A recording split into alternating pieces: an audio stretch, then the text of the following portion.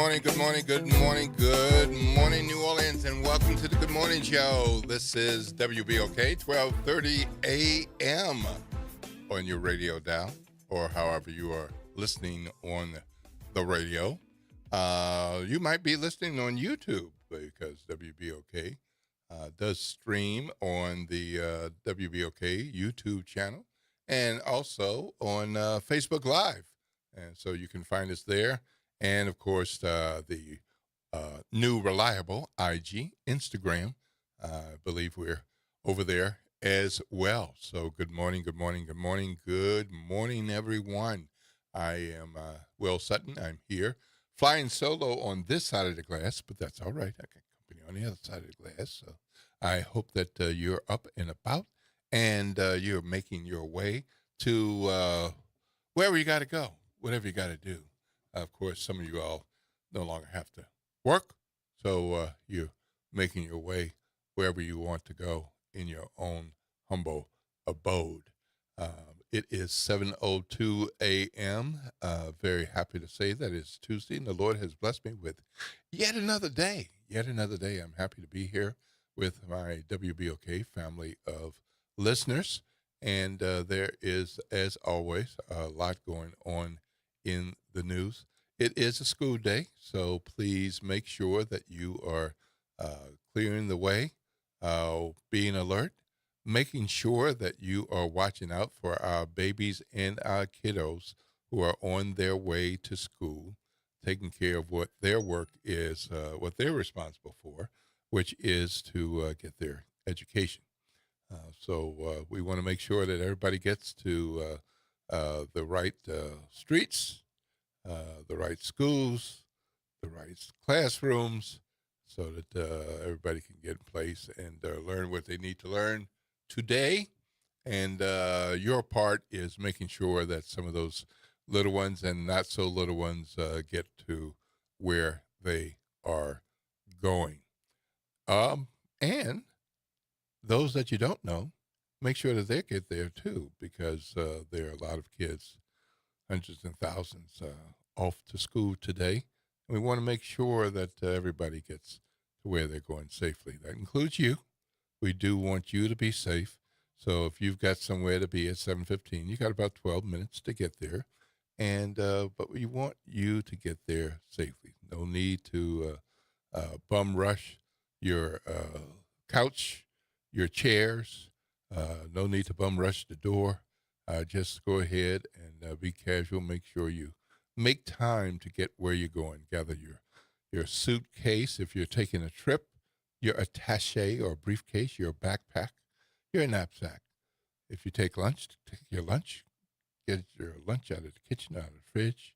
If you need to look in the mirror and check to see if all 32 or 28 or 24 or whatever you have left in your mouth are there, and make your way on. But don't forget the keys.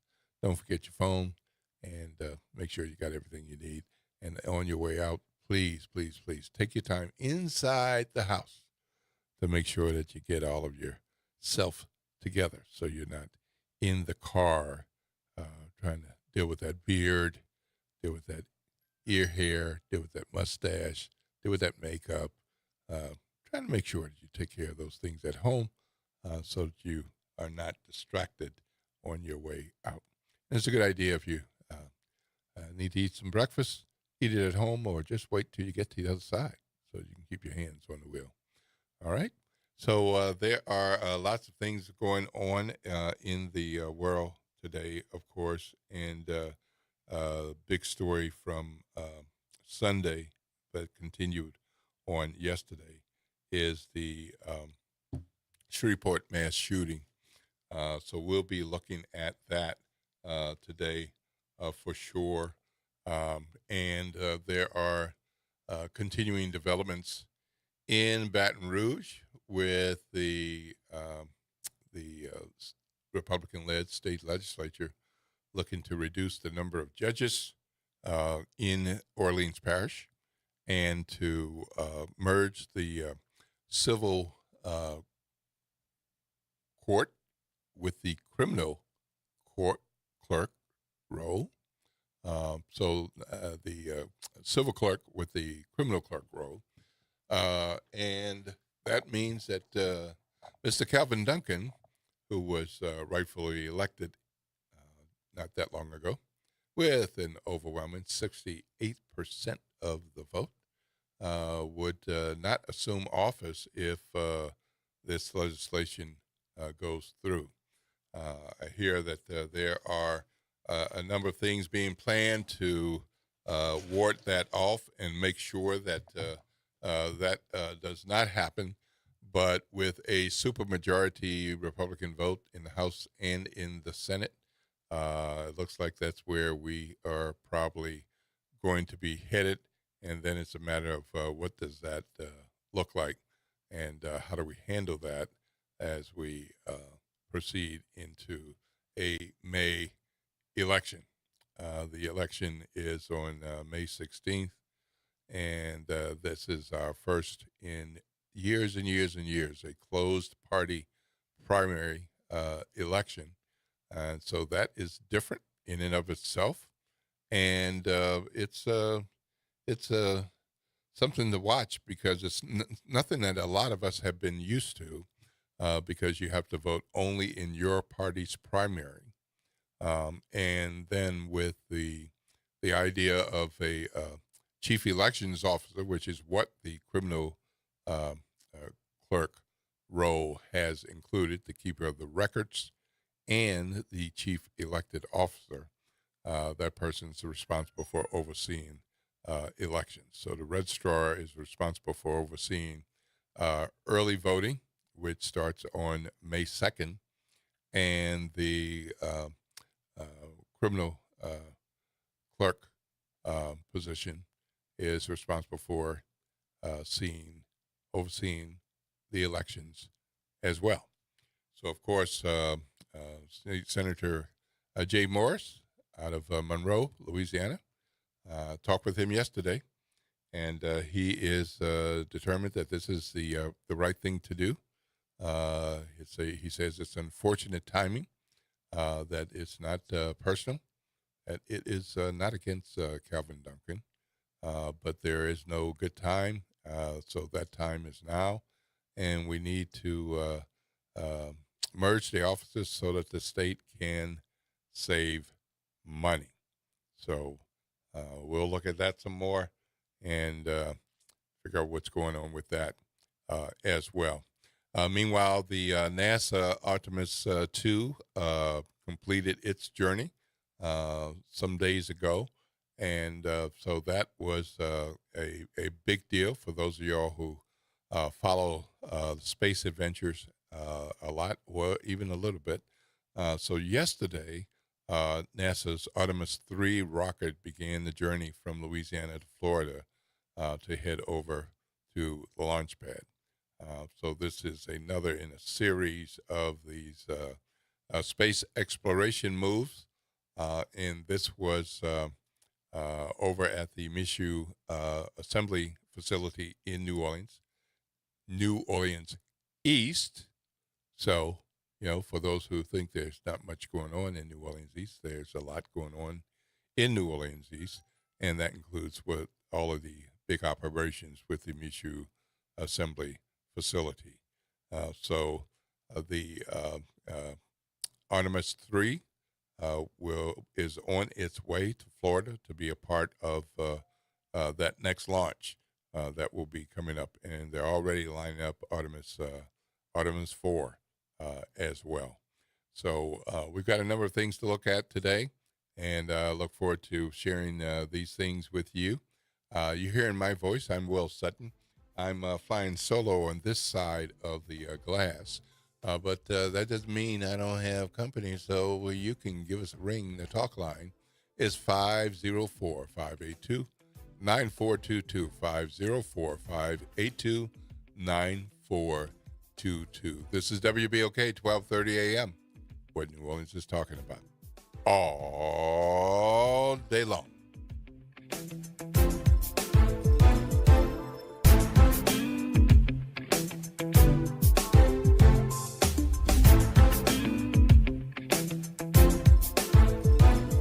This is your news update for WBOK from WDSU. For all your news and weather, watch WDSU News, New Orleans' leader in live, local, late-breaking news. Today at noon and 4 p.m. Good morning, everyone. I'm Elizabeth Kubel, and here are today's headlines for you. This morning, a community is calling for peace and coming together in prayer after 8 innocent children were killed in Shreveport. Police say that it happened during a domestic disturbance and identified the suspect as Shamar Elkins. They say 7 of the victims were his children. 2 women identified as Elkins' wife and girlfriend are recovering this morning, along with a 13-year-old child who escaped by jumping from a roof. Elkins was shot and killed after a police chase that spanned into the neighboring parish. And as the community came together for a prayer vigil, Governor Jeff Landry announced that funeral expenses will be paid for by his wife's foundation. Happening today in New Orleans, Calvin Duncan will be sworn in as the new clerk of criminal court. It is happening at noon at the steps of the Orleans Parish Criminal District Court at Tulane and Broad. This comes as a bill moves through the House that would eliminate the clerk of criminal court and leave the civil clerk to handle both jurisdictions. Duncan is expected to take office on May 4th. Neighbors in the 9th Ward are waking up to another stinky situation as a sewer main break continues to discharge into the industrial canal. The Sewage and Water Board says a vessel appears to have caused the break on Friday night, but officials say they were not alerted to the damage until Saturday morning. The board says it has ordered parts needed to isolate that break, but they're not expected to arrive until later this week. And that is a look for you at today's headlines. I'm Elizabeth. Trying to grow your business or increase traffic to your location? We can help. WBOK 1230 AM has a number of solutions that will meet your individual needs. Give one of our consultants a call today at 504-582-9420 or email us at info@wbok1230.com. And remember, an investment with WBOK is an investment in our community. Call today. Good morning. Wake up. The Good Morning Show. Good morning. On WBOK.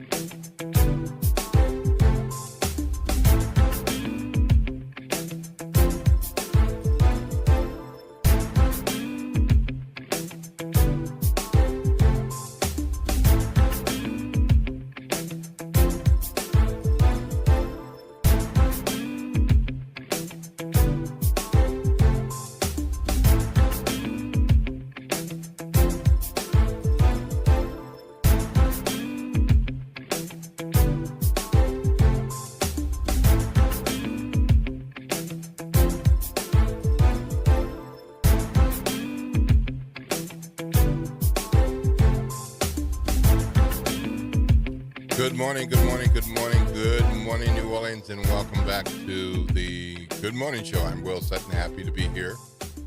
Blessed to be here with you all. It is 7:14 a.m. You got somewhere to be at 7:15. You got 1 minute to get there, so not quite late yet. And you got another minute or 30, 45 seconds to get there and to be on time. If you got somewhere to be at 7:30, you got a little bit more time. Got about 15 minutes, and you can make your way on to where you got to go safely and soundly. So please, please, please make sure that you are doing that. We mentioned the Artemis rocket journey. We also mentioned the Shreveport shooting with that drama continuing to unfold. There are new details today, and we're going to get to that in a bit as well. Of course, if it's New Orleans, we always have some sewage things to talk about. And one of the things that happened yesterday was sewage was spewing into the industrial canal. Oh, yeah. Sewage spilling into the industrial canal. as the Sewage and Water Board was working to repair yet another broken main. So this is the grass along the levee wall on Jordan Avenue by Florida Avenue over in the Ninth Ward is usually busy with kids and riding and scooters and that kind of thing. But this was after a boat crash in a sewer main in the industrial canal. There's a constant flow of sewage on the waters just on the other side of the levee wall. So that was not a pretty sight, not a good thing. Then there are a number of folks who are upset, disappointed, frustrated that this massive sewage leak in the industrial canal has continued for several days. Sewage and Water Board officials say they continue to work to repair the damage, and the repairs are expected to take. You ready? You ready? 2 weeks, not 2 hours, not 2 days, but 2 weeks to repair that particular sewer main, according to a Sewage and Water Board spokesperson. So the part of that is because they don't have the parts.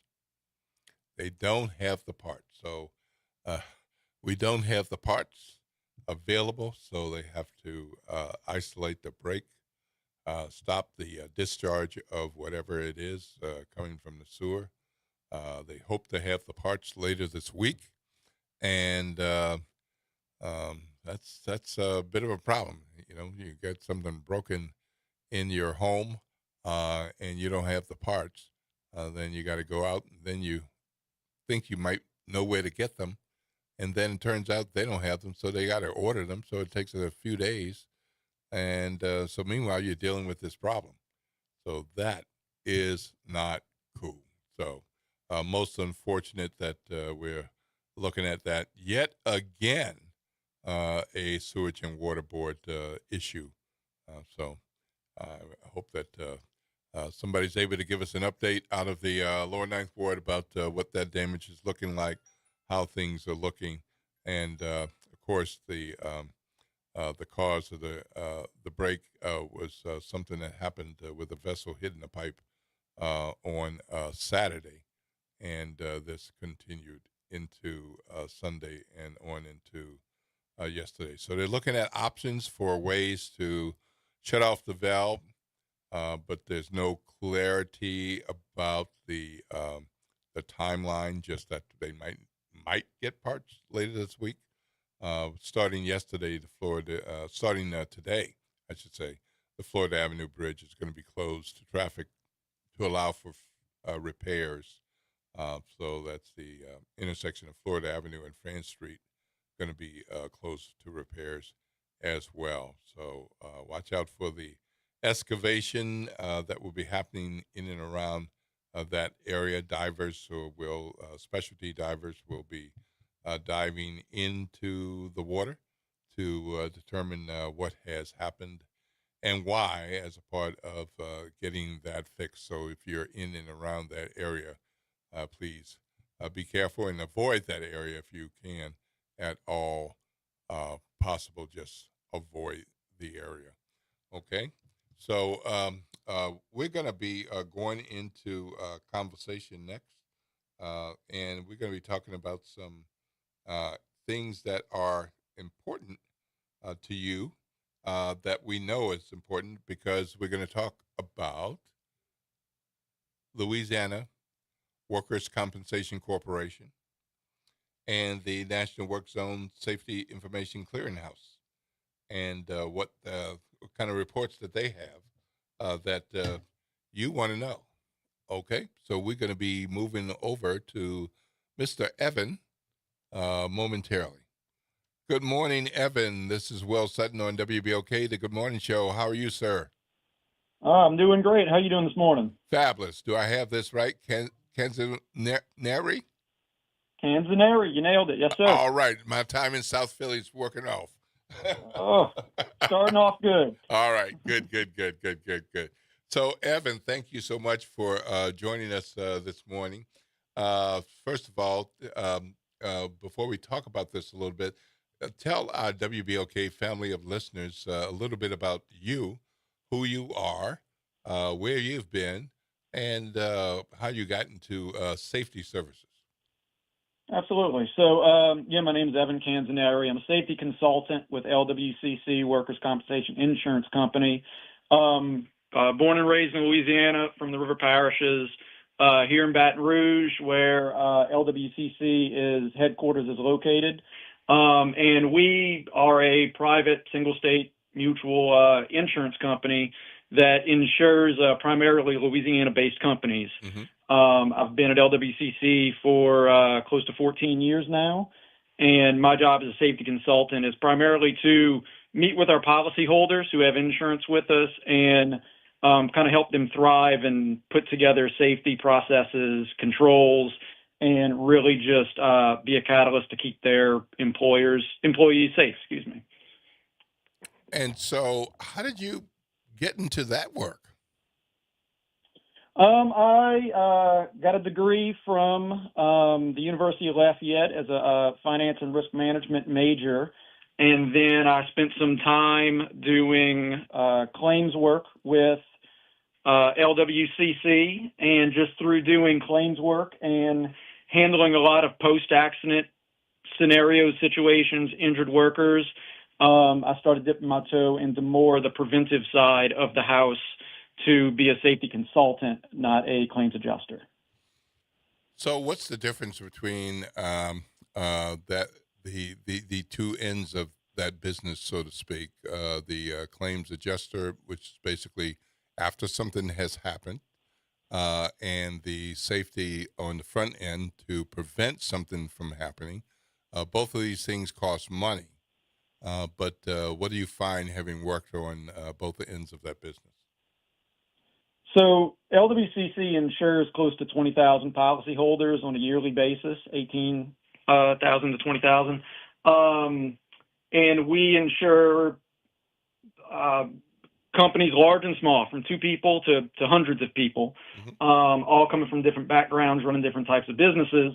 As far as being a claims adjuster, it is really handling an individual's workers' compensation claim after the fact, trying to work with them, work with their doctors to get them back to work and back to 100% as quickly and as streamlined as possible, as opposed to a safety consultant would, yes, be more before there is an accident. It could be some work to get a root cause analysis and try to prevent reoccurring accidents from our policyholders, but it's mostly trying to help support safety management at our policyholders and everybody we can touch, which is kind of why we wanted to pair today this morning, is to kind of talk about work zone safety primarily, but it's to try to prevent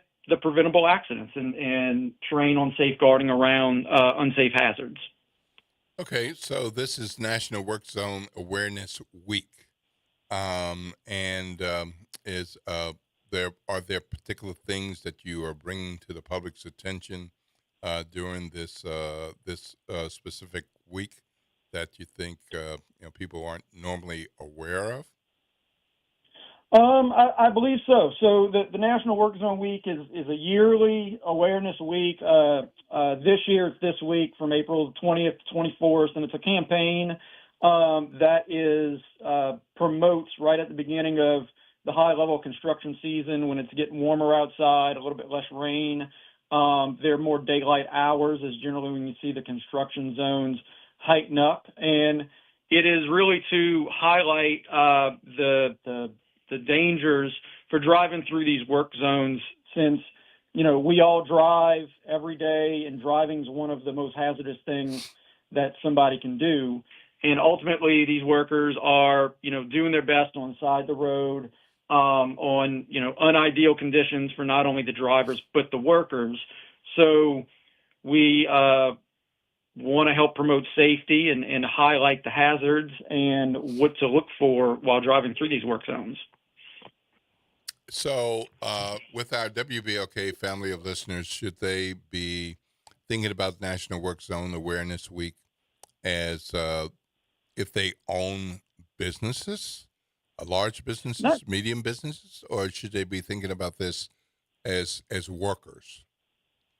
They should really be thinking about this as not so much workers at their job. We're really not trying to promote our policyholders or anything like that. It's more so for a public service announcement to be vigilant, to not divide their attention while driving to these work zones, being patient, as injured workers in Louisiana are actively working in these work zones. So we want to let them be aware that, there's changing conditions on work zones. They should not divide their attention on other things that they're doing in the vehicles, which reduces their situational awareness while they're driving, and really just being patient while driving through these work zones, and to assume there's going to be some type of different event while driving, which would be lane shifts, lanes ending, sudden stops, there being workers or equipment coming in and out of these work zones as you're driving through. So kind of assume there's going to be some type of change from their daily drive and to really just be aware. So, not only can these workers go home safe, but also the U.S. Bureau of Transportation says that there's over 160,000 accidents in the United States every year, just specifically in work zones. And there's over 775 casualties every year, not only to those workers in the work zones, but the drivers driving through them. That's a lot of people. Yeah. A lot of people, a lot of accidents. It basically breaks down to one accident in a work zone every 5 minutes on a daily basis. That's a lot of injury. And so what are the things that you and other safety consultants can do to prevent these types of things from happening? So the construction zones or construction firms and the Department of Transportation, they'll work out a strategic plan for these work zones that will put out cones and signage. They'll put out barriers for their workers, but ultimately there is a change in scenery while individuals are driving. So they should be aware that there will be information, there will be signage on the side of the road letting them know kind of what type of construction is coming up and what to be watching out for if there's going to be a lane shift or a lane end. And if there is an ending lane, they should be patient. They should get over early. They should let others early and really just be courteous to other drivers. Try to avoid passing other vehicles if, there is narrow lanes. And really just be patient while driving through these work zones. Like I'm saying, the workers that are there, they're having morning meetings about safety, about traffic control. They're having their safety meetings, and ultimately they're trying to have a safe working day. And these drivers are really driving through their office space, but they're working in high hazard areas. So it not only do the drivers need to be safe, but the workers are trying to be safe as well. Wow. So how often do you find that, we see cones all over the place? But matter of fact, just in the last few days, I saw a vehicle roll over not one, not two, but 3 cones. Now, I'm not sure how you can roll over 3 cones and not realize that you've rolled over 3 cones.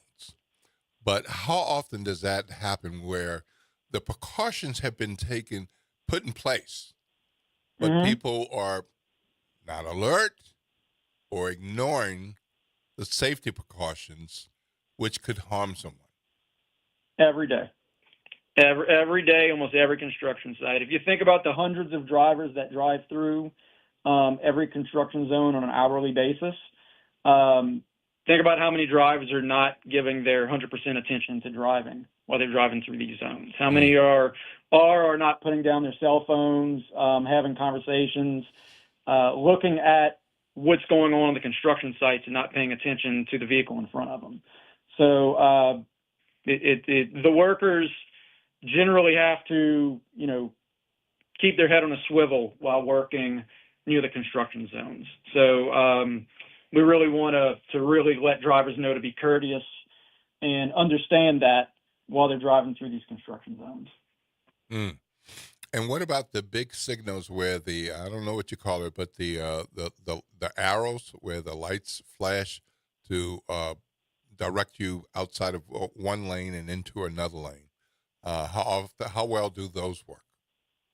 Those work well. So ultimately, signage is at different distances depending on the speed of the roads, and it's been learned that DOTD tries to not reduce speeds if unneeded, because it turned out that many people kind of don't abide by reduced speed limits. So they try to manage the lanes as best as possible before you get to the construction zone. And there should be some type of buffer zone in these construction zones, which limits the machinery, limits the people that are working right at the beginning of these zones. So that's why you may see no work happening right at the beginning. It's because they've built in that buffer zone for people who, may not be paying that close attention, just in case somebody does run over these cones. But that's not always the ideal situation, as some of these work zones can be on postage stamps. So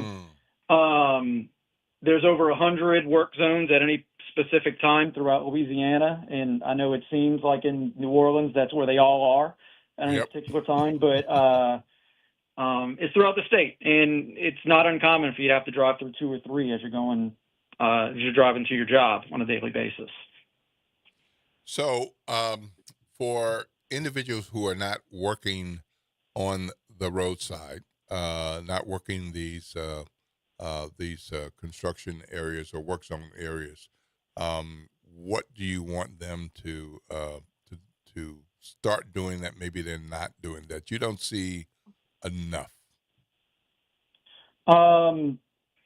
Dividing their attention while they're driving. When you're a daily driver, driving is one of the most dangerous things somebody can do. And because people do it every day, they get confident and it gets a little mundane, which basically says that you're getting bored. So when you get bored, you start dividing your attention to different things. You start messing more with the radio, talking on your phone, other passengers in the vehicle, looking at billboards, makeup, eating, a lot of other things other than driving, which delays response times and just attention. So paying attention to driving while you're driving is a big one, and just being patient with other drivers.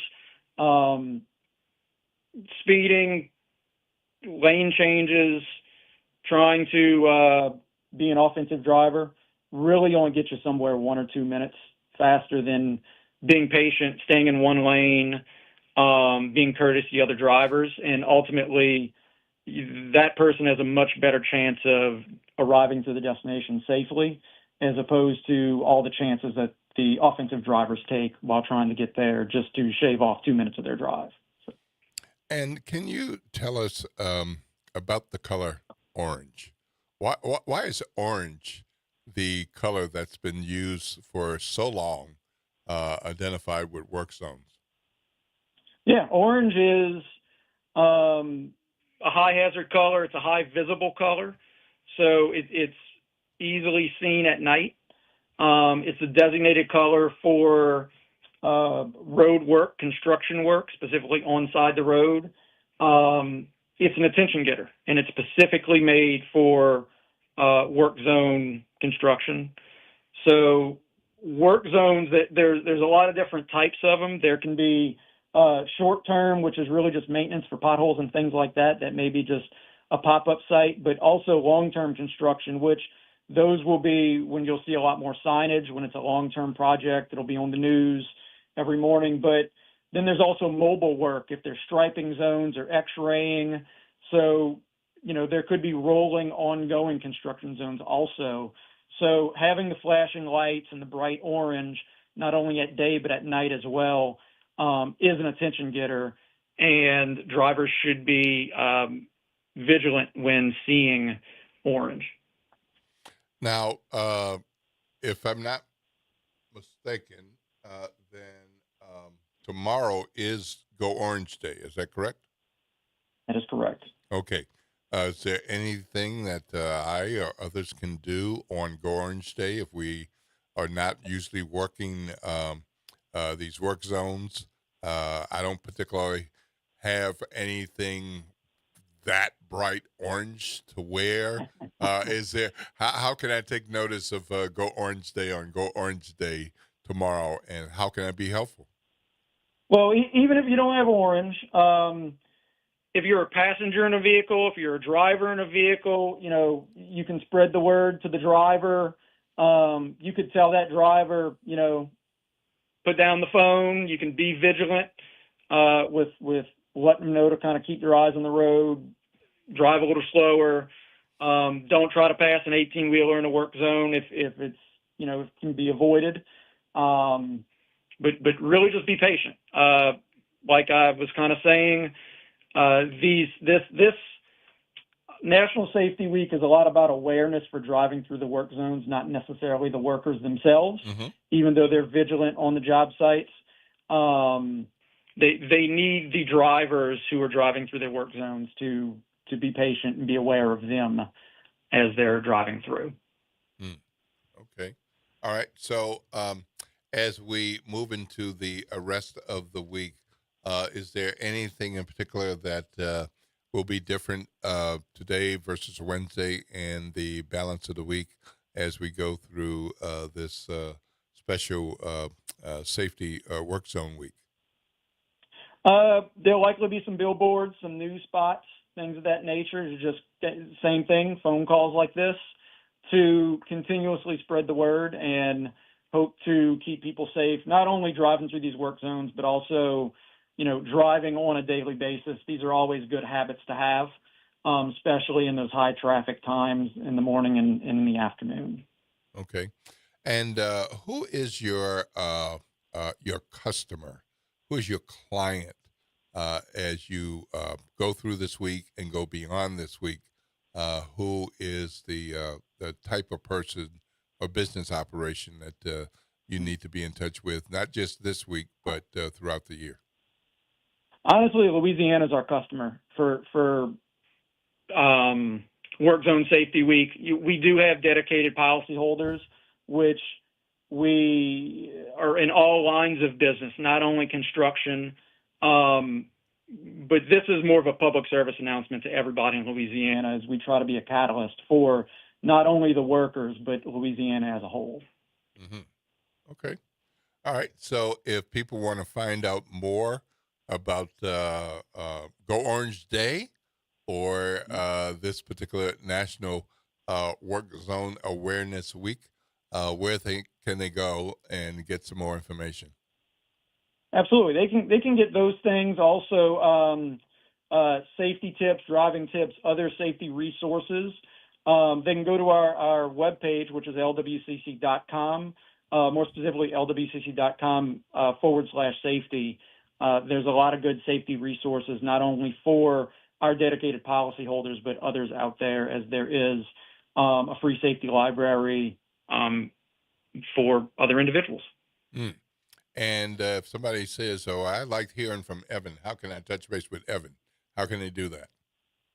Absolutely. So they can reach out to LWCC directly, which our number is on our webpage as well. Okay. And on that safety webpage, there are other consultants on call, which we generally have a dedicated safety officer for every one of our policyholders, just depending on the area of the state they're in.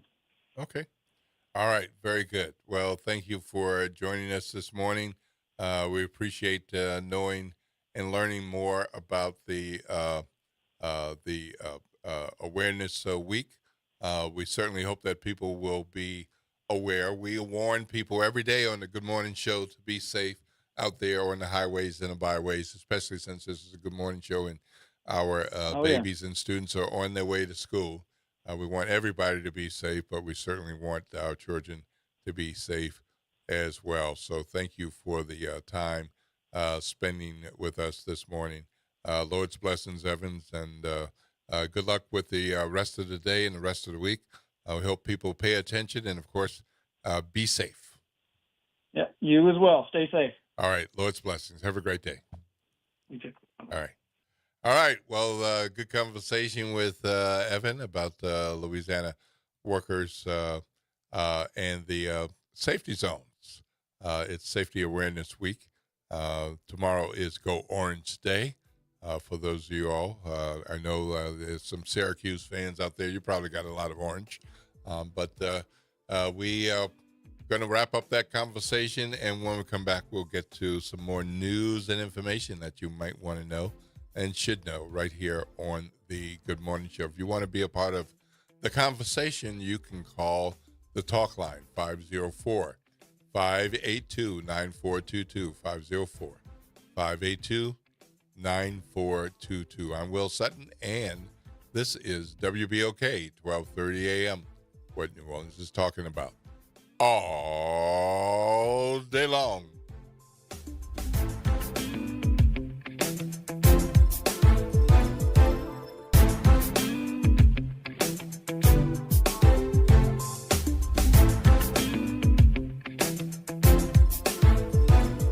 This is your news update for WBOK from WDSU. For all your news and weather, watch WDSU News, New Orleans' leader in live, local, late-breaking news. Today at noon and 4 p.m. Looking at partly to mostly cloudy skies at times with highs 79 to 82 degrees. We could see a couple of spotty showers, but most areas will likely stay dry. Tonight, dry with lows 58 to 66, highs Wednesday 79 to 82. Small daily rain chances with gradually rising humidity, especially by the time you get to the weekend. From the WDSU First Warning Weather Center, I'm Raven Richard. Late nights are made for chillin', and you can do just that every Sunday night at 10 p.m. as DJ Wick brings you The Love Zone. It's the perfect way to top off your weekend with your favorite old and new school ballads. So sit back, relax, and let DJ Wick take you to the Love Zone.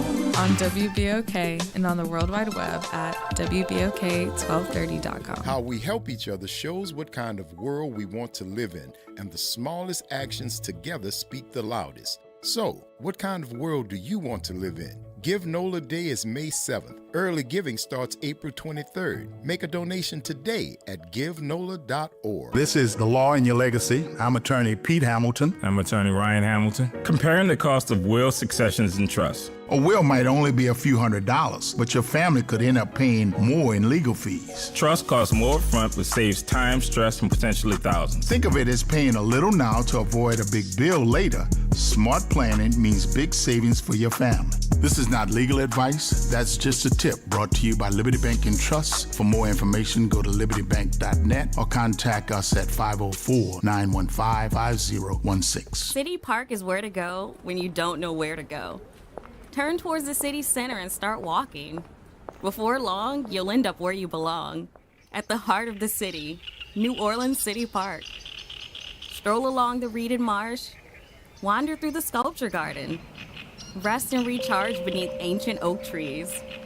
This is where your spirit goes to grow. It's in our nature to yearn for nature. NewOrleansCityPark.org, heart of the city. Well, Saints of God, this is Pastor David Impartan Sr. coming to you over the airways of WBOK, your favorite host of Change Your Water, Change Your Mind. I want to invite you to our show every Saturday from 1 o'clock to 2 o'clock p.m. That's Change Your Water, Change Your Mind. I want you to invite your family and friends to a broadcast that's designed to change your life, the way you think, the way you act, and what you eat. We want you to tune in every Saturday at 1 o'clock, WBOK, 1230 a.m. See you on Saturday. Greetings and salutations. I am Edward B. Coulon Smith, chairman of the board of the New Orleans Regional Black Chamber of Commerce. We'd like to invite you to tune in every Wednesday at 12 noon on WBOK to listen in on Black to Business and be a part of the movement that's going on. Thank you. Good morning, wake up. The Good Morning Show. Good morning. On WBOK.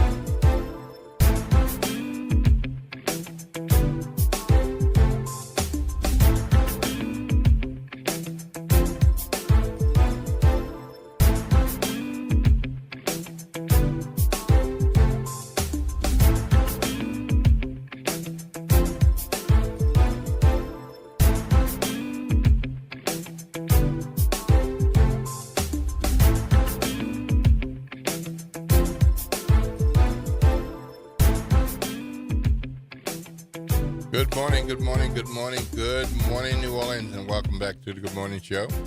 I'm Will Sutton. I am here flying solo on this side of the glass. Jared's on the other side of the glass, keeping things rolling along. The talk line is 504-582-9422, 504-582-9422. This is WBOK, 12:30 a.m., and we've got a call. Mr. Don, good morning, Don. You're on Will Sutton. How are you, sir? Yes, sir, Mr. Sutton. How you doing? Fabulous. How are you? All right, all right. That's a very important guest you had amongst all your very VIP guests, the subject of highway safety and road safety. And my bigger concern is how people or pedestrians, or people, pedestrians in this case, interact with vehicles in smaller spaces. You know, I'm talking about like parking lots, employee parking lots, shopping mall. You know, we take for granted the shopping. We go to the grocery store or something, and you park in the parking lot, and you walk, and you're very close to moving vehicles. And so that interaction there. But I always had a question about the capabilities of private vehicles. Why do private vehicles have the capabilities of going in excess of 100 miles an hour? Well, there's no speed limit that is 100 miles an hour.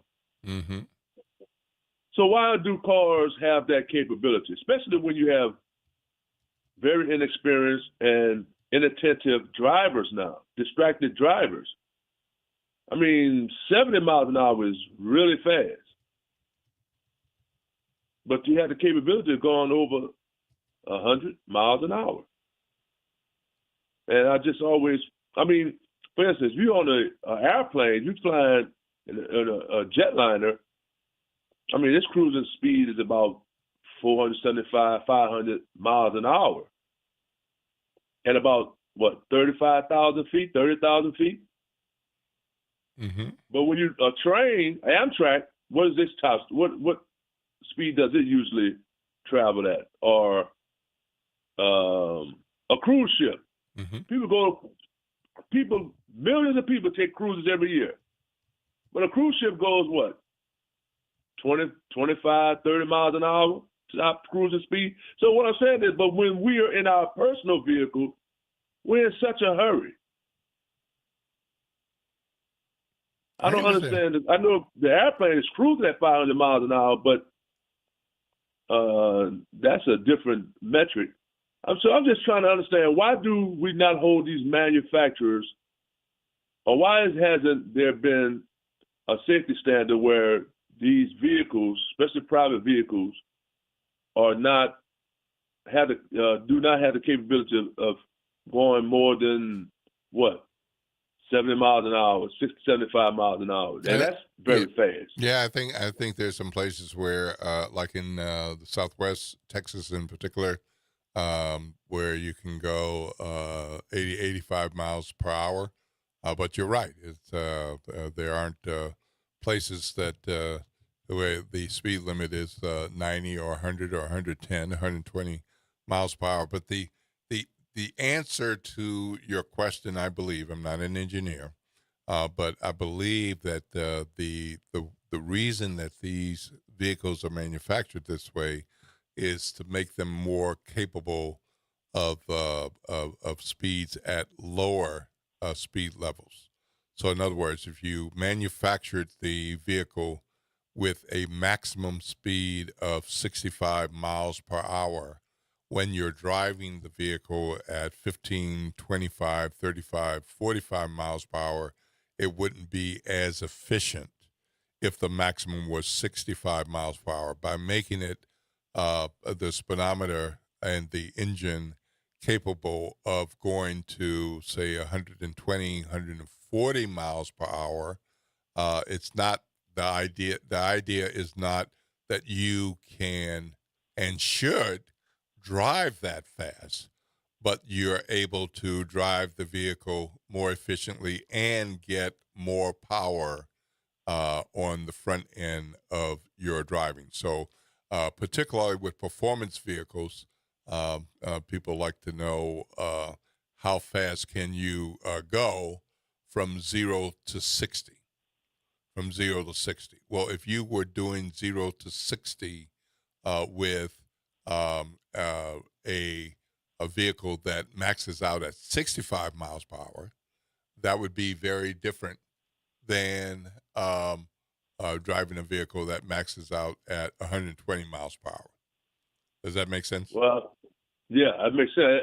In other words, they took the old prohibition model of souped-up vehicles, and that excites people in selling cars. But look, one other quick comment about how parking lots are designed. Yes. Parking lots at cities. Yes. Our cities and smart highways.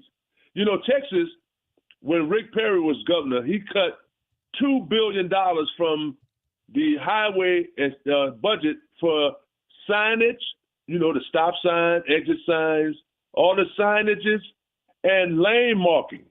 You ever been down a road that you just know the road, but if you actually look at the lane, it's not, the markings has faded or non-existent?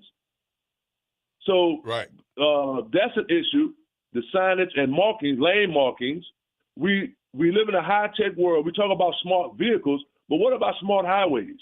Okay? Mm-hmm. And the design of our areas where the pedestrian public, our pedestrian employee interacts with vehicles. Should there be marked crosswalks? Should there be sidewalks designed, like you go to a shopping mall, the parking lot, you can drive just completely through the whole parking lot. But if you had sidewalks in between the head-to-head parking, when people get out, they get to the sidewalk and proceed through crosswalks and go into the stores of their choice. But I think that we have all these brilliant people, great design engineers.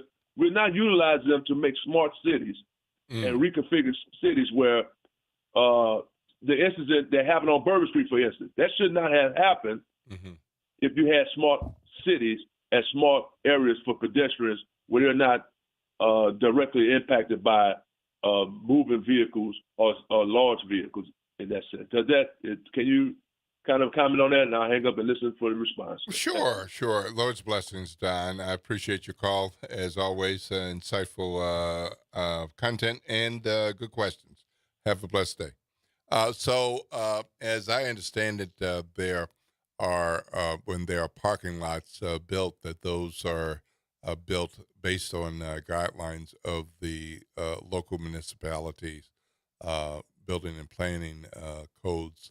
And so that's why some of the parking spaces have a certain width, a certain length. That's why some of them have diagonal spacing, or they are angled parking. Angled parking. That's what I mean. And certain exit points, entry and exit points, to slow down the traffic, and to design it in a way that traffic is moving only in certain directions at certain times. So that's something that varies from project to project, and city to city or municipality to municipality.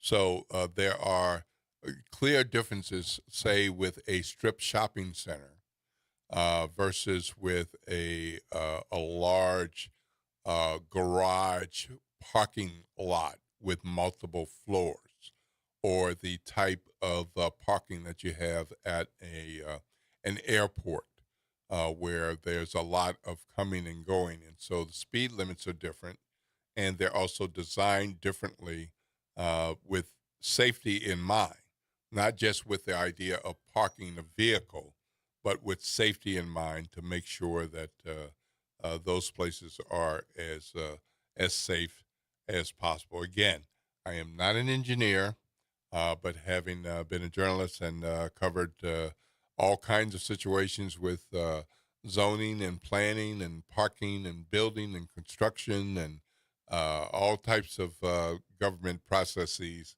I know that those are some of the things that our appointed and elected officials are concerned about that don't often make the news, but that's why there are minimum standards for parking vehicles, speed zone limits in parking lots, around parking lots.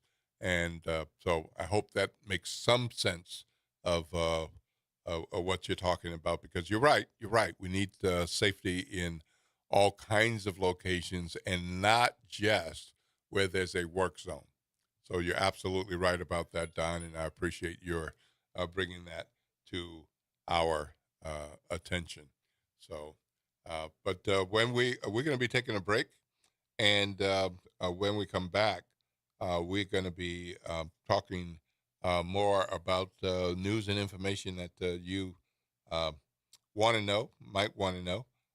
And we're going to be talking soon about the Golden Eagles.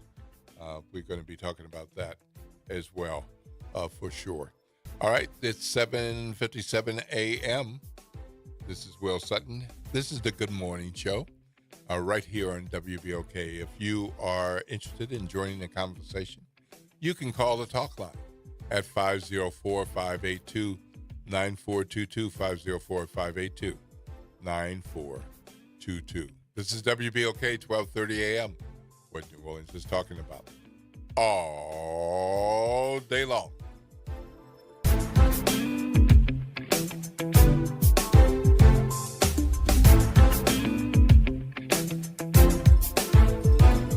Missed a show? Want to hear that guest everyone's talking about? WBOK is now streaming on all your favorite podcast apps. Just search WBOK Media, hit download, share with a friend, and don't forget to rate your favorite shows 5 stars. Because when our voices are heard, our impact grows. The Ron Kelly Show. Real talk, bold truth. Tune in for your weekly dose of unapologetic conversations that don't dodge the truth or dilute the message. Stay informed on the issues that matter most on The Ron Kelly Show.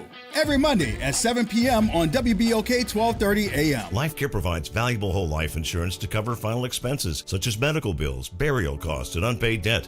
A final expense insurance policy is fast, easy, affordable life insurance that's available to anyone between the ages of 50 and 80. No medical exams, no lengthy questionnaires, and no waiting period. The application process is quick and easy. You can even apply without having to undergo a medical examination. Just answer a few questions and we'll do the rest. With the average funeral cost skyrocketing to $11,000 and Social Security only paying $255, you need simple, affordable peace of mind for you and your whole family. Don't leave behind unpaid expenses that, if left unattended, will burden your family tremendously. Benefits include a guaranteed premium that will never increase, a guaranteed cash value, and a guaranteed death benefit that can never decrease. To find out how you can get final expense insurance with a guaranteed lifetime rate lock, call LifeCare at 800-571-9955. That's 800-571-9955. 800-571-9955.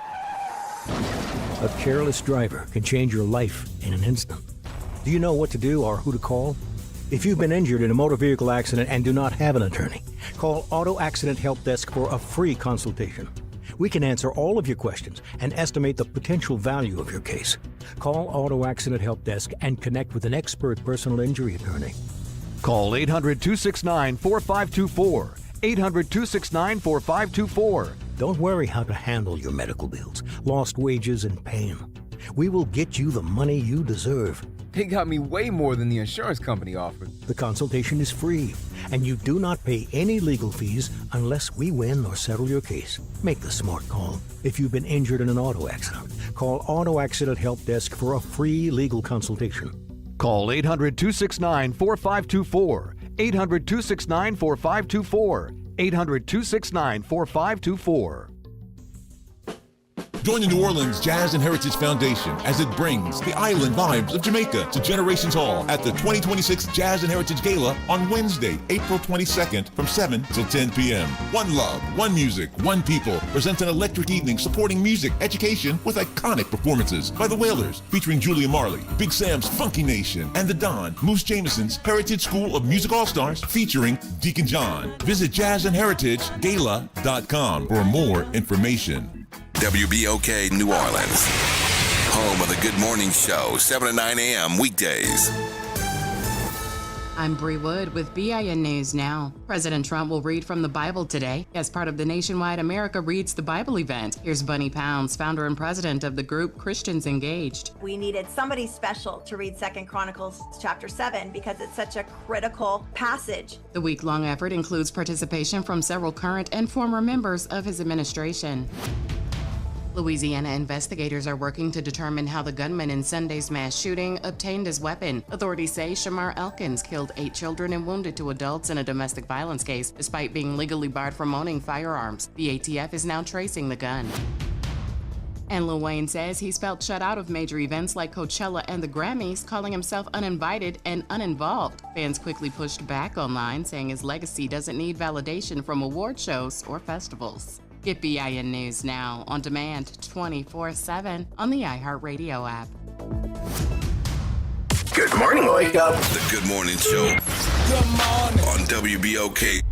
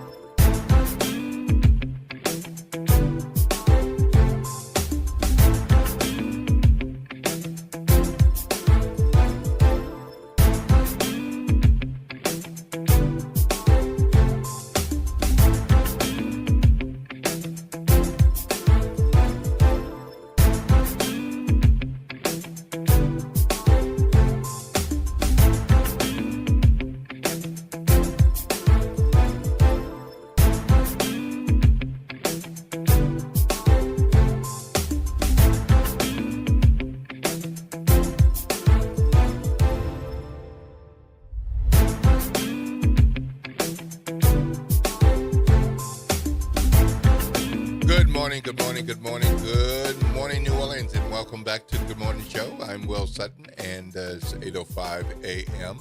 We appreciate each and every one of you listening to WBOK, 12:30 a.m. on your radio dial, and of course, those of you all who are listening and watching on WBOK's YouTube channel, and those of you who are using that newfangled thing called Instagram and listening and watching. And, of course, those of us who still like Facebook. We're streaming live on Facebook Live as well. Well, good morning, and welcome, Chief Ann Kirkpatrick. Good morning. How are you? Hey, I'm great. Good morning, Will. Good morning, everyone. Well, it's always a pleasure to have you here at WBOK. And I have to say, I've been watching social media. It looked like you had a little bit of fun the last few days. Well, for those of you who are out there who do follow social media, I guess I had a little singing and dancing debut. Yeah, right. Elvis Presley. Did you know you had that in you? I didn't know I had such talent. I got invited to the stage, and so it had actually been pre-planned. They had asked me about a week before if I would do it. My mom and dad raised me to be a good sport. Yeah. So although I have zero talent, it didn't stop me from being on the stage. Oh, boy. Well, of course, it's festival season in New Orleans, and one of the things that is so important during fest time, year-round, but fest time because we have so many visitors, is public safety. You know, public safety is number one. Yeah, and public safety.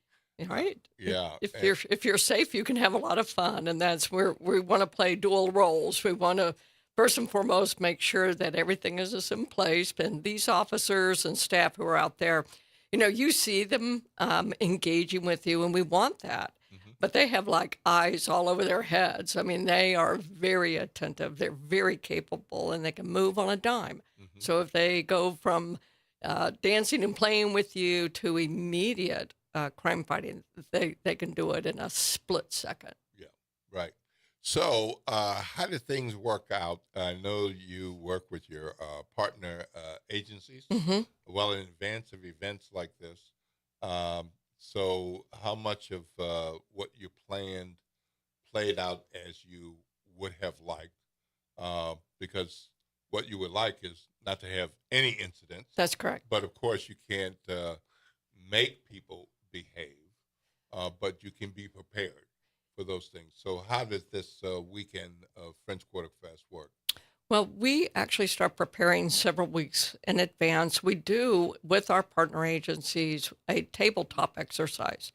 So what that means is we have about 50 to 75 people in one large room. So this includes our federal agencies, FBI, DEA, ADF, our state partners, LSP, everybody knows, and then our parish partners, and we all are in one room, and we go through worst case scenarios, and it takes about an hour and a half, and it is what would happen if this happens. And so we plan for the worst, and but we know that we can, as I said, change on a dime, but we also plan to make sure that things are in place and safety, barriers, the physical environments. And so we really go to the table quite prepared when these events roll around. So how would you compare, now that you've been here a little while, this French Quarter Fest weekend with the previous French Quarter Fest weekend? You know, this will be my third. Yeah. And so as well as I got here in November or September of 2023. Right. So right at the beginning of these big festivals and learning, fortunately, I do pay a lot of attention, and I have zero problems with people educating me and teaching me. So every year now, I've seen more and more improvement. And it's not me per se. I'm the conductor of the symphony, but the talent is the symphony, is those who know how to really play. And so I'm the conductor. I've seen incredible advancements, and the public, the residents, the visitors are now just stopping us and thanking us. Thank you for a great Jazz Fest. Thank you for a great Mardi Gras. Thank you for a great French Quarter Fest. And so they're feeling it, and we see it. Well, good. And so now we've got Yep. another big weekend coming. Yeah. Bigger than the last weekend. Yes. And two back-to-back big weekends. What kind of differences can we anticipate from last weekend to this coming weekend? Well, at the fairgrounds, you'll see the Jersey barriers out around the perimeters. That's also to deal with any potential vehicle ramming mitigation. You're going to see that. You're going to have approximately 250 NOPD alone out there. Our district staffs will be fully staffed, and the districts that border the fairground, we will have about an additional 150 outside agencies joining us. So all together, we would have around that 350, 400 mark of law enforcement who will be present. And so we also have quite a few officers that will be plain clothes, and people will not be aware that they're there. And so, but that's also a very important element of prevention. So I don't want you to give away tactical things, but are we talking about police officers like carrying lawn chairs and you won't know they're there, and shorts and right. and hats and that kind of thing to kind of yes, look like, you will. like I might look like. That's like right, exactly. They will be there doing that. And also, I'm so glad you mentioned the shorts, because this year we're going to allow the uniform officers to wear an alternative uniform. Hey. Some of them are going to be sporting their shorts. Wow. And polo type shirts that will be definitely well marked as NOPD. But when I came here and experienced the really heavy heat and humidity, for these officers to be in these woolen and white, I mean, they look great, but they're sweating and they're going to fall out, and they're actually, part of my job is to take care of them as well in every way that I can. And so alternative uniforms just make it easier on them. They're out there for 12 hours standing and having to stay on post. And so those who wish to may wear an approved alternative uniform. Well, yeah. How about that? Yeah. So, sporting their legs and their shorts and everything. Have we had shorts before? With do you know? Certain bicycle patrol, that was kind of a natural thing. They would wear their bike shorts, but we've now allowed it. Some of them had them on last week, and so it's okay. That's the way I did it in another agency, also in an agency where I was working. It was in high desert. Yeah. Also very, very hot. And so I went to the alternative uniform for those officers, and it's kind of like some people don't like it, but why not? Absolutely. Take care of them. It's all about them taking care of you and looking proper, but, that's in the eye of the beholder. Good. So, meanwhile, there's something going to be going on with the Golden Eagles? Yes. Tell us about that. So, again, Golden Eagle is a joint operation that has been going on prior to my arrival. I think they had done it for the first year prior to my coming on board. It is an approach in which we do a special operation. It is not shared with the public, but we are out there proactively trying to intervene with who we know are high impact harm players. These are people who are like trigger pullers. These are people we know do carjackings, who narcotics.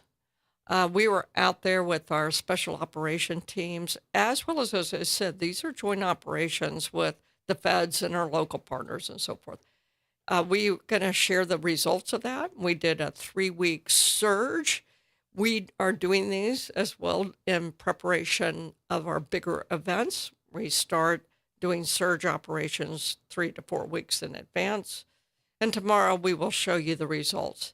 And so there are a lot of things our law enforcement does that people don't know about, and we're not prepared to share that information. There might be players we're looking for, and we don't want to tip a hand. The goal is to prevent the harm before it happens. Unfortunately, we have high-impact players still in play in our city. We just want to get them off the street. So in this particular case, what you'll be sharing tomorrow is the conclusion Correct. of the 2026 Operation Golden Eagle? For this season of it. Okay. But we find these operations to be effective, and we don't want to just do it every once a year. We want these impact players out of here. We want them to either, we have it, interestingly enough, people don't understand that we actually take a holistic approach to crime as a public health issue. We have resources. If someone is listening, someone knows someone who's found themselves caught in a life of crime and they want out, we can actually help them to get out. And so I'd rather see people have a change of heart and direction with some help rather than an after event. Now you're arrested. Now your life is impacted. You're going to go potentially to prison. Why? When we can get you out. But if you refuse to accept services, then you put us in the position to enforce. And we won't hesitate to enforce. I believe last year you had more than 100 arrests and Yeah. a lot of firearms, Yes. illegal firearms were Correct. seized and narcotics. And Yes. So we That's what you're going to see anticipating tomorrow. Something like that tomorrow. Yeah. Yes. And we've been seizing more firearms than we did the years before. And we're going to be sharing this all tomorrow in a presser. Yeah. All right. So, of course, you'll have a more complete explanation and sharing tomorrow. But generally speaking, when it comes to illegal firearms, with the shootings that we do have in Yeah. the city, how many of the firearms are legally possessed versus illegal? Right. So we have, once a firearm is used, it becomes what we call a crime gun. And these guns can be traced all the way back to the manufacturer. Most of the time, I'm going to say anecdotally, it's about 50-50 that typically they were 100% at one point purchased or acquired legally. But then they either are stolen from a car or that type of thing. And that's when it becomes a crime gun. And so when the crime occurs and the guns are seized, that would put it probably into almost a 50-50. And that's anecdotal. I didn't come prepared with stats, Sure. Yeah. but that's my sense of anecdotal. Right. Well, we'll be looking And for we do trace those guns when we seize them. Yeah, so we'll be looking for more Yeah. information tomorrow at your Golden Eagle Yeah. news conference, see what you all have come up with. I'm Will Sutton. We're in conversation with New Orleans Police Chief Ann Kirkpatrick, talking about all things New Orleans Police Department, talking about the festivals, public safety, and big announcement coming tomorrow about the latest season of Operation Golden Eagle. So how are we doing with recruiting? Yeah. Everyone knows that recruiting has been one of my top 3 goals. Ever since I got here, crime will always be the top goal, to the reduction and the absence of crime. That will always be number 1. That's my true mission as a peacemaker and a peacekeeper. Then for my first 2 years out of the 3, almost 3, to have consent was an issue. Well, that's now off the table. We've graduated. But staffing has always been in that top 3. We are improving. I'm glad to report to everyone, y'all go to our TikToks. I mean, we got a TikTok account and we are TikToking our hearts away. And we have some incredible fun videos out there for y'all, and they are recruiting videos. And if you'll go to join, and anyone who sees a video, we tell you how to apply. It's joinnopd.org. And it is just, just a fabulous, fun videos. Okay. We have one out there right now that's really so cute. Let's see. I know we're on radio, but for those of you who are streaming on YouTube or IG or Facebook Live, let's see if we can play that, and others of you can listen to what we hear. Taylorville in the Riverwalk, and there was a ship called the Brightfield, and it crashed into the Riverwalk on my day off, and I didn't have a job, and I went to Kmart until I graduated from Dillard University and came straight to NOPD. I was working at Crescent City Steakhouse and the Real Time Crime Center. Best Buy, Baskin Robbins, Cox Cable. I was a facilities director at Xavier University of Louisiana. Yeah, I used to drive trucks, actually. I worked at a medical care company. What's your name? All right, Goodyear, Lester Chevrolet, Best Buy, Smoothie King, UPS, and I think that's it. I was a customer service representative at the Louisiana Lottery Corporation. I was in banking. I was a bank teller and substitute teacher. Straight out of college. I was a stock clerk at Schwegman's. I was a main banker at Bally's Casino. Military and Air Force. Baskin Robbins, UPS, Best Buy, Solar Appliances. All right. Just a few examples of what careers you might have had before joining the NOPD. Well, I have to call it out. Our director of communications, one of our officers, the senior police officer, Reese Harper, he's here with us, but Reese was flipping pizzas when he got recruited. All right. And so that's why actually, you may not have been someone who ever thought about being in police work. Yeah. You may have had your eyes on something else in life. I was one of those people, and I fell into policing, thought it would be fun. I simply saw an ad in the newspaper, and I have a business background, and I went, oh, that sounds like fun. For 3 years, and 44 years later, I'm still doing it. Yeah. So you just never know. That's why we want to reach out to a whole group of folks who thought, I never thought about ever doing that, but it's a wonderful, noble profession. So I want to encourage people. Let us take a look at you, but also don't be discouraged. Let's say you apply. For about every 100 people who apply, we may take 10. And so, it's okay to apply, and then you may find out, this isn't what I want. Or maybe that it's not quite the fit for you, because we also know what we're looking for. And so don't be discouraged. Apply. Let us look at you. You look at us. So, I had a conversation with someone about police work just a few weeks ago. Oh, did you? Yeah. And I said, have you thought about being a police officer? They said, I like the idea of the work, but I have an aversion to guns. Yeah. There are a lot of... How do you deal with that? Sure. So, first of all, we do have a lot of people who have come on to policing, became police officers who never touched a gun. I had shot before I became a police officer, but very rarely and very hardly ever. But I had actually held a gun before. It's okay. If you, I don't want people who are overly, focused on force issues. You would not be a person who we would want.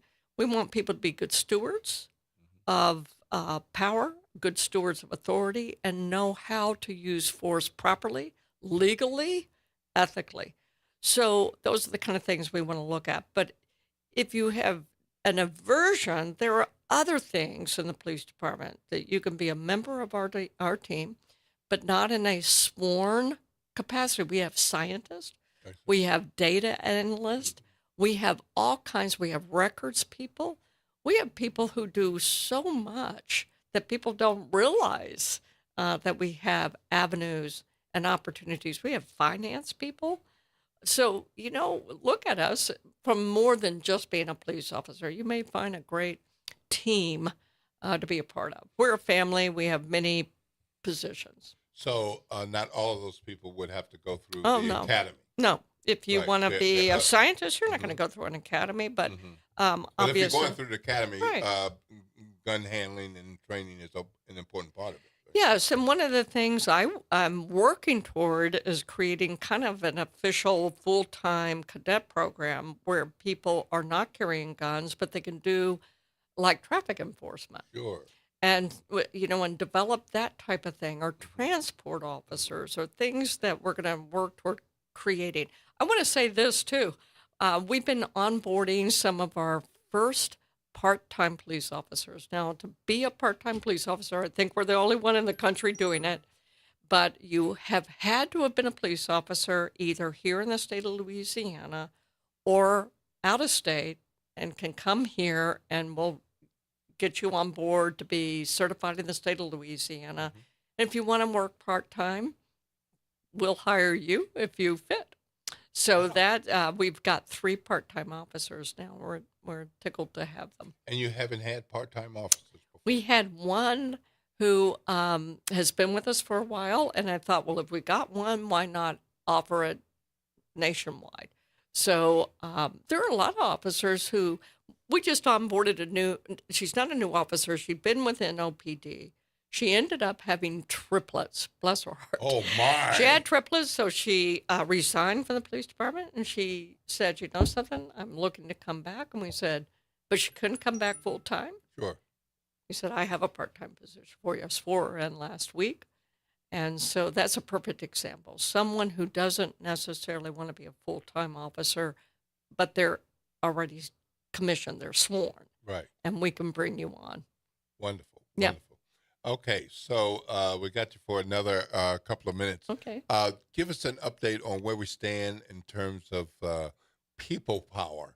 So you're doing this recruiting. How many officers do we have at this point? How many do we need? Okay. And how are we doing with technology? Okay, so in a nutshell, we are at 918 sworn officers today, which is more than we were when I was here the other month. The goal is definitely 1,200. And that reason that number has been chosen is that number is where NOPD stood prior to the pandemic. At the 1,200 mark, I would suggest the city do what we call a staffing study, a true professionally done staffing study that would tell us basically you need maybe 1,500 officers, or you may only need 1,200, but it's a professionally done study. That's when I would say the city would need to go out and do that. They're very expensive, but right now we know for certain we need to get to 1,200. We've been doing an amazing job. I think the community knows we've done an amazing job with 300 officers fewer than what you experienced just 7 years ago. I will say that back 15 to 20 years ago, this police department was a 1,500 sworn police department, which means we're 600 short. Simple math, right? Could you imagine if we're doing what we're doing with 900, what we could do with 1,200? Could you imagine the services and the impact of getting this city safer and safer? I want people to live here, move here, make New Orleans their home. I want industry to want to be here. So staffing is very important, and because it plays into that, making the city thrive. Okay. So if somebody out there says, okay, sign me up, I want to explore this, what website do they visit? Who do they call? On the website, there is a QR code. So we are so progressive. We have QR codes. We also all you have to do is go joinnopd.org, and the information will be there. If you reach out to us, a recruiter will speak to you immediately and follow up with you. Follow up is very important. We're going to not drop you. If you reach out to you, you will hear from us. So that's one way. To stop any officer you see on the street and say, hey, I'm interested. And they will tell you how to get plugged in to get started on the process. Wonderful, wonderful. Well, thank you, Chief Ann. Yeah, appreciate thanks, you joining us on the Good Morning Show once again. Yeah. Know you had a happy French Quarter Fest. We'll see, anticipating a wonderful first weekend of Jazz Fest. All right, everybody, have fun at the festivals. We'll be out there. All right. Okay, thanks, Will. Thank you so much. Lord's blessing. Have a great day. All right, folks, great conversation with Chief Ann. If you want to give us a ring, call the talk line at 504-582-9422, 504-582-9422. After the break, We're going to look in and find out what more there is out of the horrific situation out of Shreveport, where we lost 8 innocent young people on Sunday. So stay tuned for that. This is WBOK, 1230 a.m., what New Orleans is talking about all day long.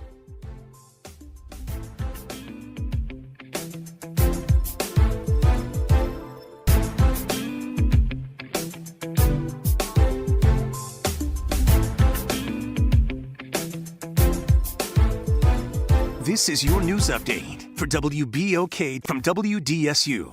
For all your news and weather, watch WDSU News, New Orleans' leader in live, local, late-breaking news. Today at noon and 4 p.m. Good morning, everyone. I'm Elizabeth Kubel, and here are today's headlines for you.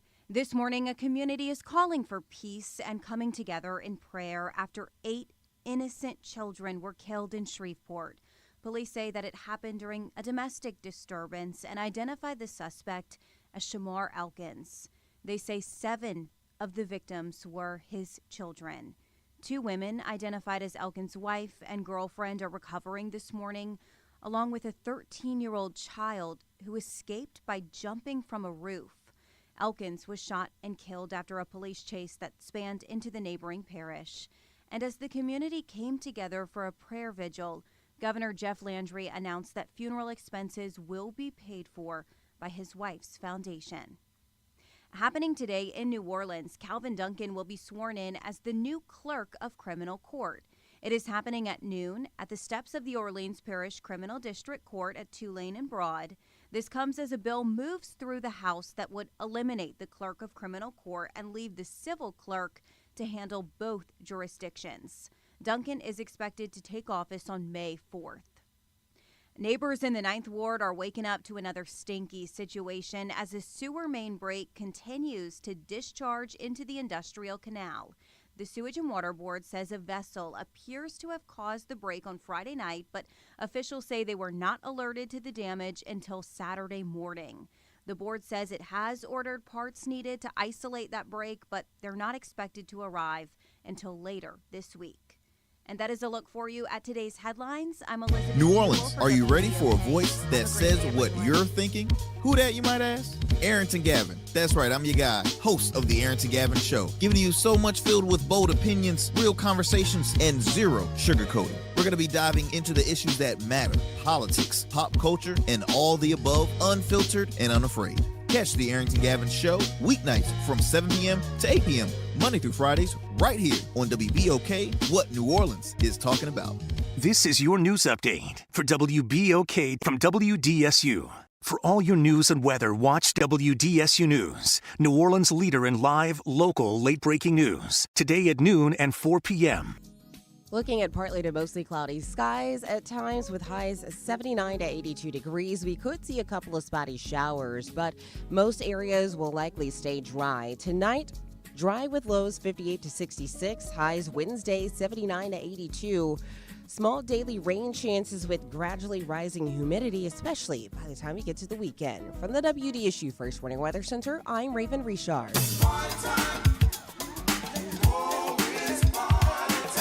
That's right. It's party time each and every Sunday night at 7 p.m. on WBOK. It's the Throwback Throwdown with DJ Wick as he brings you the best in old school from the 70s, 80s, 90s, and the early 2Ks. Plus, the party goes to another level at 9 p.m. with the Throwback Throwdown Party Mix to round out the night. It's the Throwback Throwdown Sunday nights at 7 p.m. on WBOK and on the World Wide Web at WBOK1230.com. The National World War II Museum. Located in the Warehouse District of New Orleans, the National World War II Museum tells the story of America's experience in the war that changed the world, why it was fought, how it was won, and what it means today.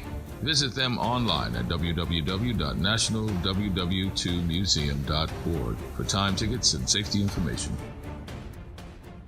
City Park is where to go when you don't know where to go.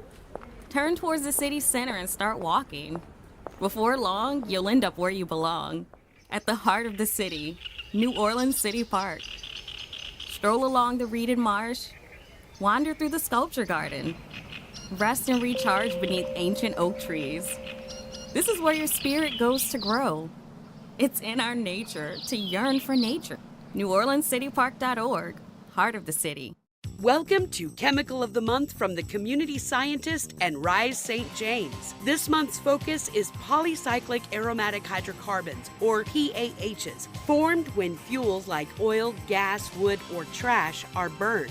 These chemicals can enter the air we breathe and settle into our soil and water. Many PAHs are known carcinogens, adding to the health burdens faced by communities living near industry. Learn how to protect your health at risestjames.org. Well, Saints of God, this is Pastor David Impartan Sr. coming to you over the airways of WBOK, your favorite host of Change Your Water, Change Your Mind. I want to invite you to our show every Saturday from 1 o'clock to 2 o'clock p.m. That's Change Your Water, Change Your Mind. I want you to invite your family and friends to a broadcast that's designed to change your life, the way you think, the way you act, and what you eat. We want you to tune in every Saturday at 1 o'clock, WBOK, 12:30 a.m. See you on Saturday. Good morning. Wake up. The Good Morning Show. Good morning. On WBOK.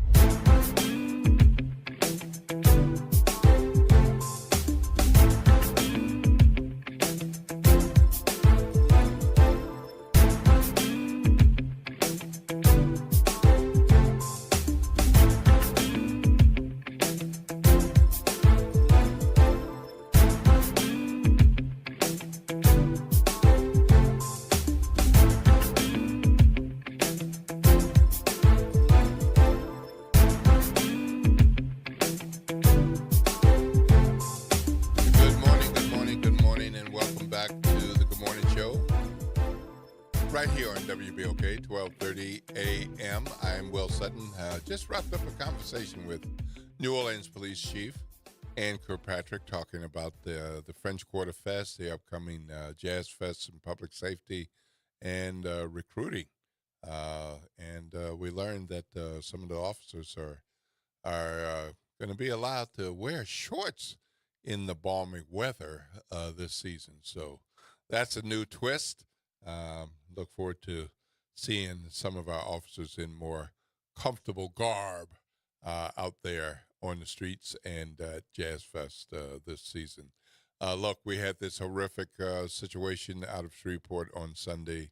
The news continued on Monday and is continuing into today. We're going to get a live report from Shreveport in a moment, but the governor of the state of Louisiana, Jeff Landry, went to Shreveport yesterday, and so let's hear a KTBS television report about that visit now.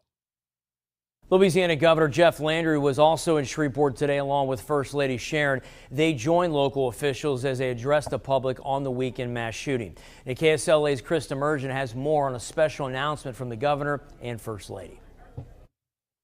It's a tragedy that leaves, I know, way more questions than answers. But the one thing that is constant is the grief that remains.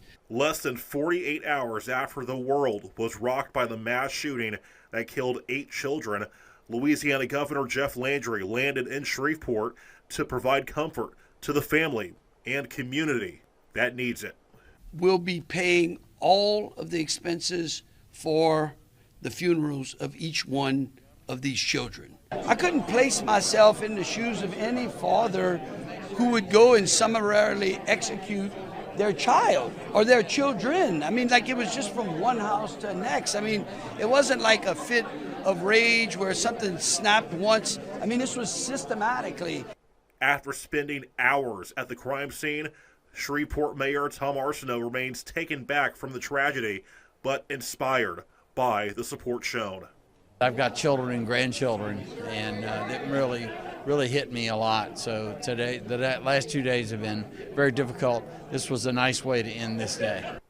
The tragic events bring back memories from the past in the same area. Last week I was just having a conversation of sharing the story with the young generations of the Cedar Grove riot. And I would not have imagined this was the same street, same block of one end to the other. In Shreveport, Krista Mergen, KSLA News 12. Okay, that was Chris Demergen, who formerly worked in the Monroe market. He's working in the Shreveport market these days. giving us a report about the governor of the state of Louisiana visiting Shreveport yesterday. On the line live with us today is Shreveport Police Department spokesman Chris Bordelon. Good morning, Chris. How are you this morning? Oh, good morning, guys. It's been a rough couple days up here, but we're making it through. Well, yeah, this is not one of those things that I don't care how much training you have as a police officer or a law enforcement official, you don't expect to see this many people killed in a single series of incidents, and certainly not children. What happened on Sunday has made national and international news and continues to do so as people continue to wonder why. Of course, we may not know all of those answers, but we know that the Shreveport Police Department is working to find out more and more every day.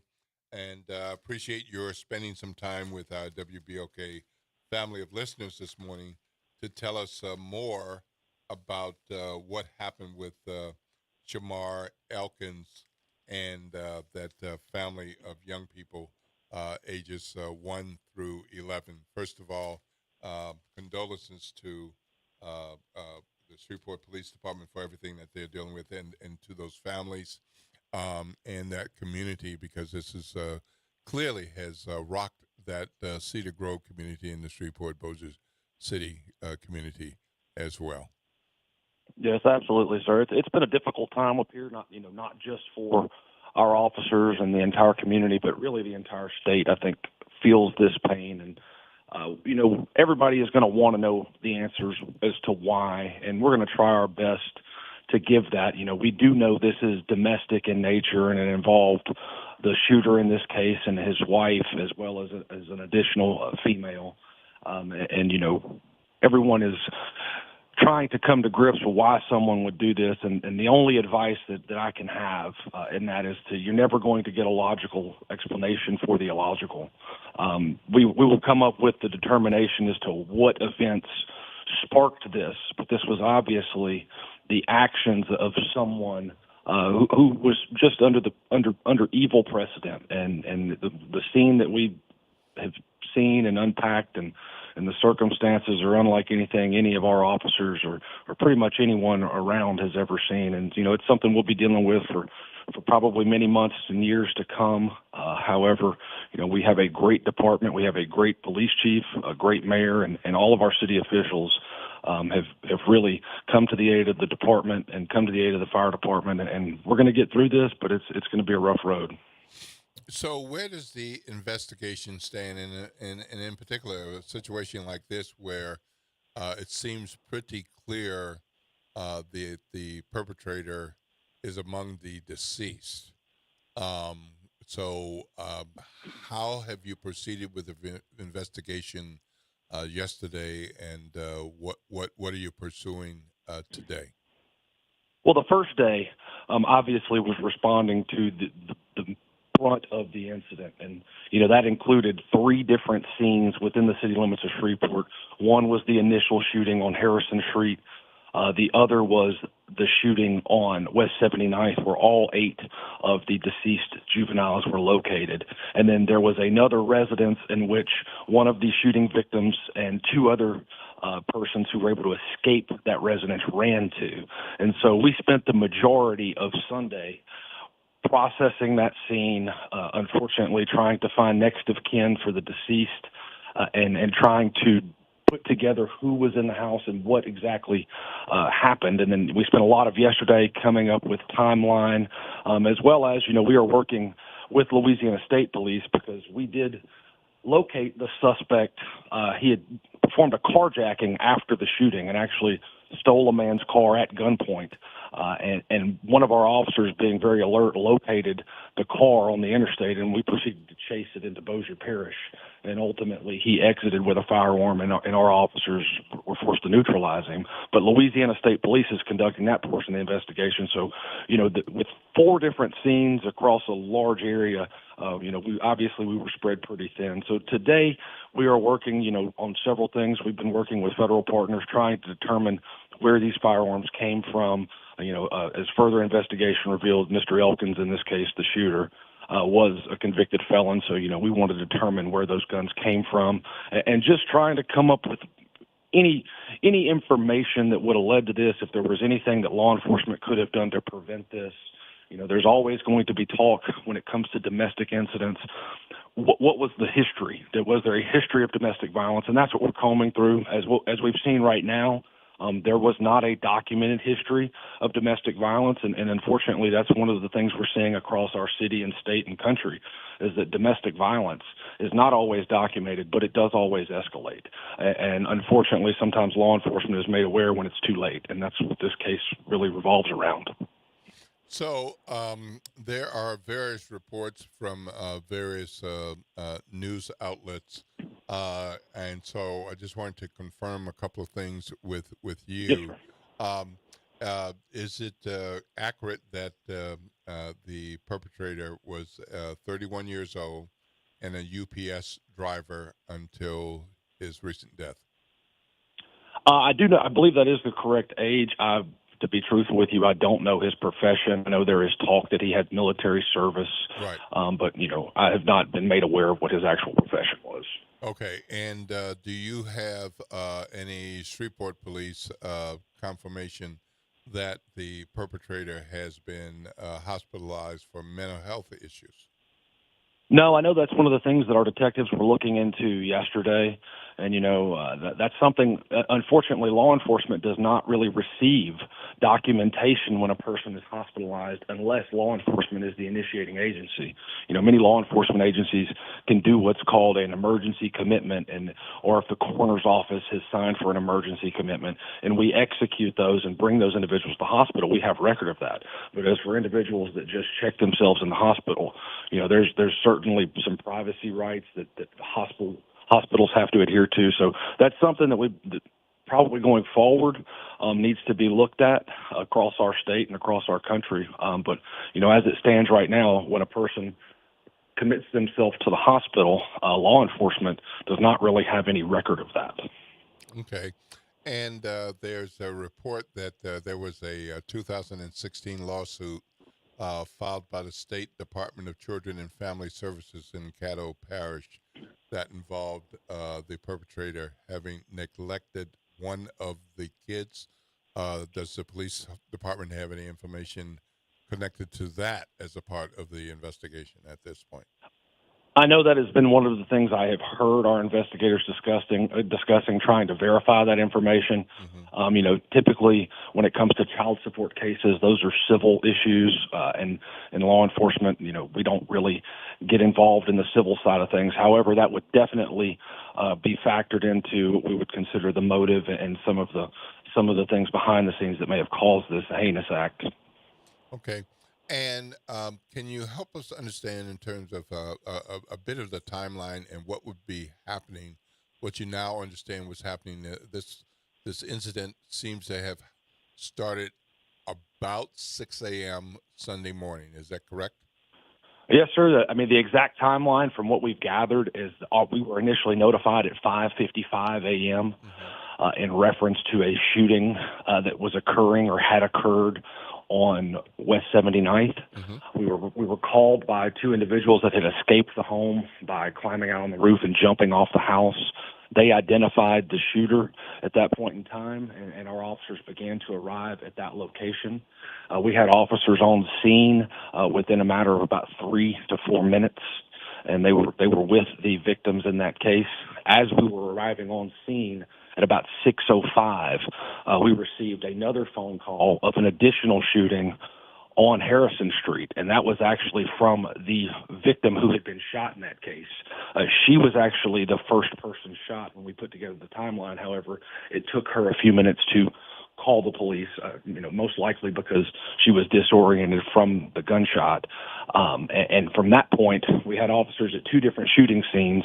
And then around 6:15 a.m., we were notified of a carjacking that had occurred. And so within a few minutes, we had, within a 15 to 20 minute time span, we had 3 active scenes, all involving the same individual. And then at 6:17, our patrol officer, that was one of our DWI officers, actually observed the vehicle just 2 minutes after the vehicle was reported carjacked. And he actually conducted a traffic stop that led to the pursuit. And then within a matter of about 15 minutes, we were involved in a shooting with the suspect in this case. And within a matter of minutes, he was pronounced deceased. Okay, so am I understanding correctly that one or two of the deceased victims made calls to police? Yes, sir. I'm sorry. I'm in a car, and you're going to hear okay. the train. No problem. I understand. You're on duty, so I understand. Yes, so am I correct that one or two of the deceased victims actually called police? That is correct. Well, I'm sorry, no. One of the victims that was shot, she was actually shot in the face, and she was able to get to safety and call police. And then we had 2 additional, this is where one of the sad and gruesome parts of this scene is that 3 individuals that were at the address on West 79th escaped out of a window and were on the roof of the residence trying to hide from the suspect.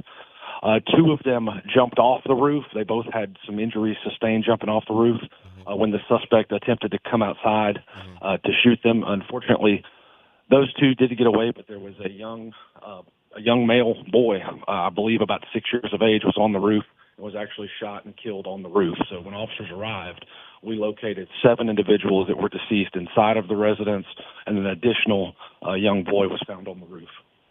Okay, so there were 7 children at the one address, and then another young person who is outside of that same address. Is that correct? Outside on the roof, yes, sir. The way the house was, it was like a window that opened up on top of a garage, and you had access to the roof, and they were just simply running for their life, trying to get away. Okay. And the perpetrator went to another address a couple of blocks away from that? Well, the initial shooting was on Harrison Street. That is the single female that suffered from a gunshot wound to the face. Okay. From there, he went to the West 79th address where he shot another adult female and then the 8 juveniles. So we have 10 people in total that were shot, and then an additional 2 that escaped by jumping off the roof. Okay, at the first address, that is a wife, critically wounded wife of his, correct? Yes, sir, I believe so. And she, as of this morning, I actually received some information that she was okay, and we do expect her to recover. So we're, okay is relative terms, but she is hopeful that we're hopeful she will survive. Okay, and at the second address, another adult, a woman, was also shot, but she is doing okay? Yes, sir. She was much more critical, but she is still alive, and we are hopeful that she is going to make a recovery as well. Okay, and the second adult woman was a romantic partner, but not a wife. Is that correct? That's my understanding. Now, however, it's a possibility I have those flipped. But yes, there's 2 adult females that were shot, and one was a wife, one was a love interest or ex-love interest, and then the third female was a sister to the female inside of the house on West 79th. So it's a pretty complex incident with 3 families involved, and 2 mothers were shot, and an additional female that jumped off the roof. We understand that was her son that was killed on the roof. So Mr. Elkins, in this case, is the father of 7 of the 8 children that were killed. Okay. And you have no reason to believe that anyone else was involved with perpetrating the shooting at this point? Yeah, we know that no one else was involved. We actually, there's footage from a couple of houses in the area that had security footage, and we were able to determine there is no other involvement. Okay. Now, there's some reporting last night and this morning that the perpetrator had indicated on social media posts that he was having a troubled marriage, troubled relationships, seeking God's help. Do you have any insights into any of that? I do not. That will all be gathered, in the after action on this, and it will be discussed and determined, as part of his motive. I myself have not seen his social media postings or anything of that nature. Okay. Were you there when the governor visited yesterday? Yes, sir, I was. Okay. How did that visit go? It was very. We're very grateful for the support. Obviously, an act like this, it really has stunned our community. We're glad to see the support we've received from the rest of the state, it's a very nice gesture, and we have a long way to go in recovery, and we're glad to see that we do have support from all of our brethren across the state. Okay. Now, I also have seen that there are interest seeking funds to help with the situation. Is there one or more official account or organization for something like that that the Shreveport Police Department is identifying? Well, there are some accounts, and that's one of the things the governor was discussing when he was up here, was setting aside some funding for these families.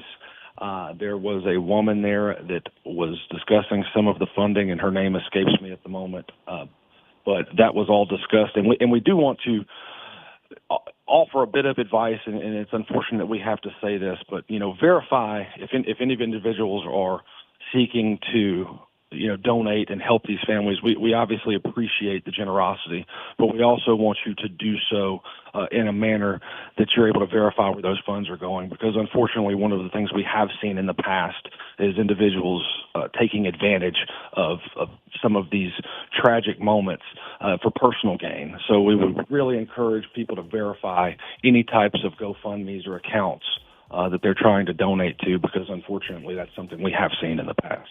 Yeah, well, Chris, I really thank you for being in touch with us this morning, filling us in. When you know which ones are official, would appreciate your letting us know so we can let our WBOK family of listeners know as well. Lord's blessings and best of luck as you and the police department continue to investigate this horrific situation. Yes, sir, and thank you for your support. All right, thank you. Have a great day. All right, one more call real quick, Reverend Calhoun, we got to get out of here. You're on with Will Sutton. Reverend Calhoun. Okay. All right. Well, thank you for giving it a shot. We appreciate the update from Chris Borderline with the Shreveport Police Department. We got to get out of here, folks, and make room for the front porch with Kimba. And don't forget, we'll have Tavis Smiley after that. And after that, we're going to have the G-Man, Gerard Stevens, with the reality check at 4 p.m. Lord willing, I'll be back here tomorrow morning, and we'll find out more about what's happening with the Shreveport multiple homicide mass shooting. We'll also be watching what's going on with the judges and the clerk office out of Baton Rouge. That legislation is continuing to move along. So stay tuned right here at the Good Morning Show. We'll give you an update on that tomorrow as well. All things being well and good, I'm signing off. This is Will Sutton. WBOK, 1230 a.m. What New Orleans is talking about all day long.